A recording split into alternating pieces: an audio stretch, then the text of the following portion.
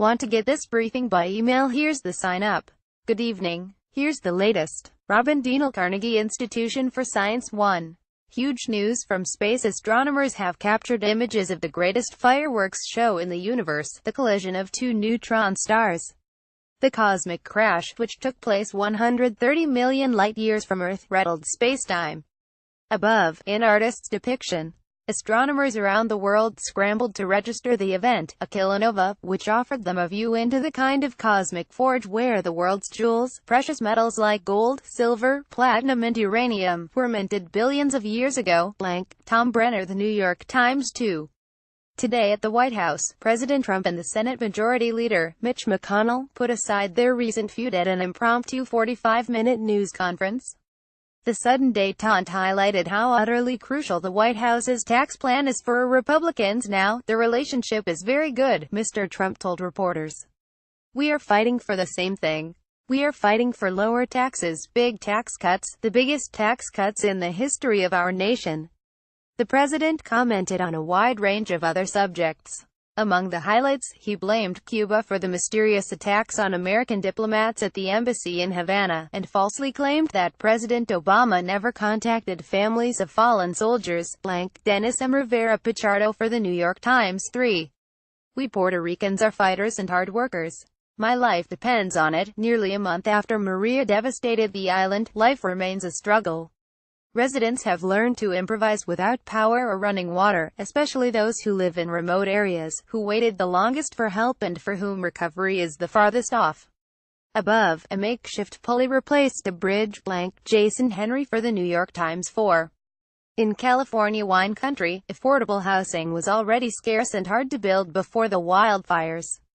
Now, with 5,700 homes and buildings destroyed, and some sites left toxic by electronics residue, thousands of people have been displaced. We are desperately looking for a house we can rent, but there is just nothing available, said a woman whose home burned. Above, waiting outside a FEMA center. In Europe, at least 35 people have been killed by wildfires in Portugal and Spain that were fanned by an unusually strong, lethal northeastern Atlantic storm. Spencer Platt, Getty Images. 5. The Manhattan District Attorney, Cyrus Vance Jr., defended his decision not to prosecute Harvey Weinstein in 2015, as many women posted meta on social media, to show just how many experienced sexual harassment or assault. And the faltering Weinstein Company is getting a cash infusion from the same investor that saved Michael Jackson's Neverland Ranch from foreclosure, a financier who is one of President Trump's closest outside advisors. That would be Thomas Barrack Jr. of Colony Capital. Kim Wanchin, Agence France-Presse, Getty Images. 6. The world once laughed at North Korean cyberpower. No more. The pariah country has quietly developed online capabilities capable of stealing hundreds of millions of dollars and unleashing global havoc. Above, a rally in Pyongyang. Meanwhile, as China prepares for the start of the Communist Party Congress on Wednesday, our correspondents looked at how the Great Firewall, China's harsh controls on the internet, has actually created a powerful shield against fake news. Reuters. 7. Iraqi government forces swept into the Kurdish-held city of Kirkuk, making good on a threat to use military force to blunt the independence drive by the nation's Kurds.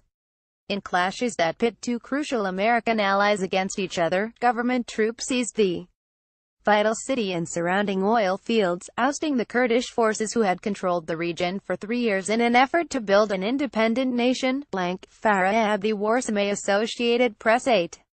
As rescuers continue to pull bodies from the rubble in Mogadishu, Somalia, many fear that the country could slip under total control of the terrorist group the Shabab.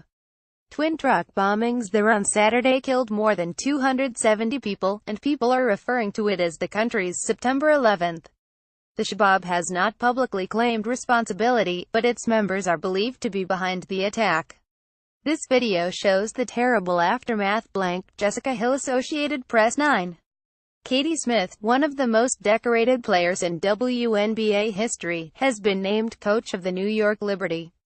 She had been an assistant under Bill Laimbeer, who is reportedly headed to Las Vegas to coach and manage a new team there. The Liberty made the playoffs the last 3 seasons, but they have never won the championship. And our new NBA columnist previews the season. He says it already seems inevitable that the Golden State Warriors will win the title again. Chad Botka for the New York Times 10.